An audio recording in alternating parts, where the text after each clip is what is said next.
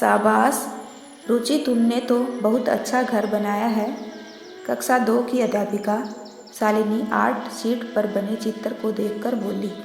उन्होंने कक्षा के बच्चों को चित्र दिखाते हुए कहा, देखो बच्चों, रुचि ने कितना अच्छा घर बनाया है। ये बड़ी होकर अवश्य ही इंजीनियर बनेगी। घर में रोशनदान खिड़की और दरवाज़ों के अतिरिक्त खुली जगह है जिसे लॉन और पेड़ पौधे से सजाया गया है। हाँ बच्चों, घर हो तो ऐसा। शालिनी जी रुचि की तारीफ करते करते नहीं अधा रही थी। तारीफ सुनकर कुछ बच्चे रुचि की योग्यता से खुश थे तथा कुछ मन ही मन ईर्ष्या कर रहे थे। गणित और अंग्रेजी में भी रुचि के 6 परीक्षा में बहुत अच्छे अंक आए थे, यानी कक्षा में सबसे अधिक। दोनों शिक्षिकाओं ने रुचि को बहुत प्यार किया और शाबाशी दी थी। इंटरवल हो गया है। सब बच्चे गपशप और अपना अपना टिफ़िन खोलते हुए उसमें लाई हुई चीज़ों को बड़े मज़े से खाने लगे।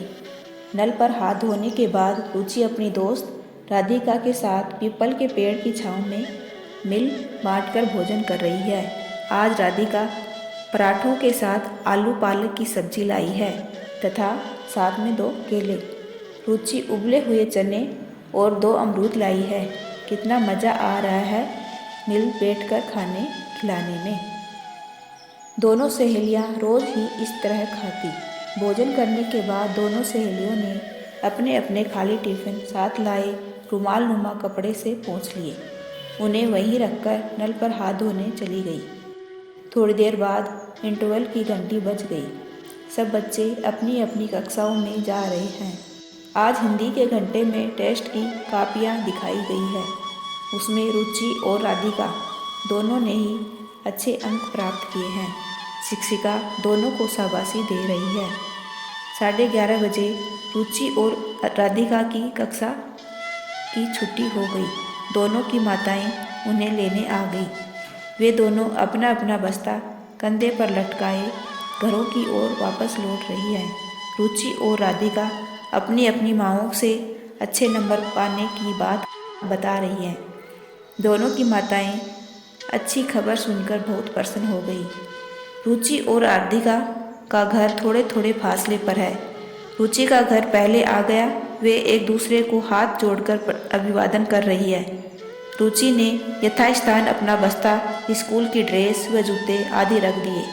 रुचि ने घर के कपड़े पहन लिए। रुचि हाथ मुँह धोकर तथा तौलिए से पोंछकर चटाई पर पालथी लगाए बैठ गई। वह भोजन को खूब चबा चबा कर रस लेकर खाने लगी। खाना खाने के बाद वह अच्छी तरह दांत साफ करके थोड़ी देर बाद सो गई।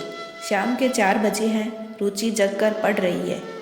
आज स्कूल में जो पढ़ाया गया था वह पहले उसे दोहरा रही है तथा जो गृह कार्य मिला था उसे वह करने लगी। अब 6 बज गए हैं। उसकी सहेली राधिका तथा पड़ोस के ही रमन, प्रवीण, धारा आ गए हैं। सभी छत पर मिलजुल कर खेल रहे हैं। छत के चारों ओर बड़ी बड़ी दीवारें हैं, इसलिए गिरने का कोई खतरा नहीं है। शाम के 7 बज गए हैं। सूरज अपने घर को जा रहे हैं। पक्षी भी अपने अपने घरों को चहचहाते हुए लौट रहे हैं। रुचि से विदा लेकर सभी बच्चे अपने अपने घरों में चले गए। शाम के 7:30 बज गए। रुचि के भोजन करने का समय हो गया है। वह अपने पिता व माँ के साथ साथ भोजन कर रही है। भोजन करने के आधा घंटे बाद आज अचानक तेज तूफान आ गया। बादलों की गड़गड़ाहट शुरू हो गई। बिजली आसमान में चमकने लगी। घर के खिड़की दरवाजे आदि हिल उठे। रुचि की माँ व पिता जल्दी जल्दी उन्हें बंद करने लगे। कुछ ही देर में घर की बिजली गुल हो गई। अरे माँ, बाहर कितनी तेज बारिश और ओले गिर रहे हैं। छोटी छोटी चिड़ियाँ, कौवे, तोते सब कैसे तूफान और बारिश से बचे होंगे। रुचि अपनी माँ से पूछने लगी, बिटिया, तेज तूफान और बारिश में कुछ पशु पक्षी मर जाते हैं। वैसे अधिकतर तूफान आने से पहले ही सुरक्षित जगह ढूंढ लेते हैं और कुछ पेड़ों की खोखले व घोंसले में छिप जाते हैं।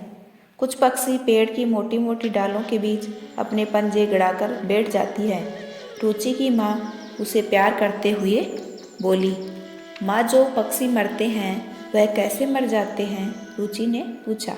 बिटिया, वही पक्षी मर जाते हैं जो पक्षी तूफान से पहले सुरक्षित स्थान नहीं ढूंढते हैं और जो आलस में पेड़ों के पत्तों में दुबके रहते हैं। ओलों की चोट लगने से वे मर जाते हैं। कभी कभी पेड़ की शाखाएं भी टूट जाती हैं, इसलिए वह दबकर मर जाते हैं। कुछ पक्षी अपना घोंसला बहुत अच्छी तरह बनाते हैं, जैसे बया नाम की छोटी चिड़िया अपना घोंसला सुरक्षित स्थान पर मजबूती से बनाती है। माँ, मैंने कभी बया का घोंसला नहीं देखा।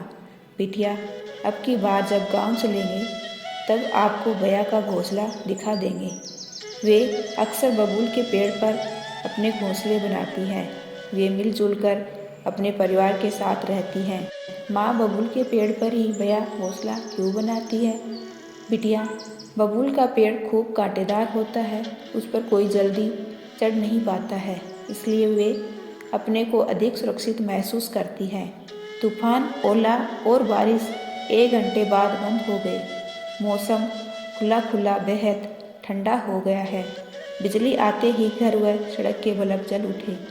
रोशनी में पेड़ों की पत्तियां चमक रही हैं। कुछ शाखाएं जमीन पर टूटी पड़ी हैं। उसी समय एक कुत्ते के पिल्ले के रोने की आवाज़ आई। माँ, ये पिल्ला क्यों रो रहा है? ये कहाँ से आया होगा? क्या इसकी माँ इसे छोड़कर चली गई है? रुचि ने दया का भाव दिखाते हुए पूछा। रुचि खिड़की से झांक कर देखती है। सचमुच एक पिल्ला भीगा हुआ आऊं आऊं पुकार रहा है। माँ, इसे तो बहुत ठंड लग रही होगी। बिटिया, ये तूफान आने पर अपनी माँ और अपने बहन भाइयों से बिछुड़ गया है। इस गली कूचों के कुत्तों को कोई जल्दी पालता नहीं है। माँ, इन्हें भूख लगती होगी, तब ये क्या खाते होंगे। बिटिया, किसी ने कुछ खिला दिया तो खा लिया, नहीं तो भूखे ही रह जाते हैं। आओ रुचि, जल्दी चलो, इसे कुछ खिलाते हैं। रुचि की माँ ने 2 रोटियां और गुड़ तथा थोड़ा दूध एक कटोरी में ले लिया। गेट खोलते ही पिल्ला पास आ गया। वह ठंड से काँप रहा था। वह आऊं आऊं कर रहा था। रुचि ने उसे पूछ पूछ करके अपने पास बुलाया। पिल्ला फड़फड़ाकर अपने शरीर से पानी झाड़ने लगा। उसे खाने की चीज़ों की सूंघ लग गई।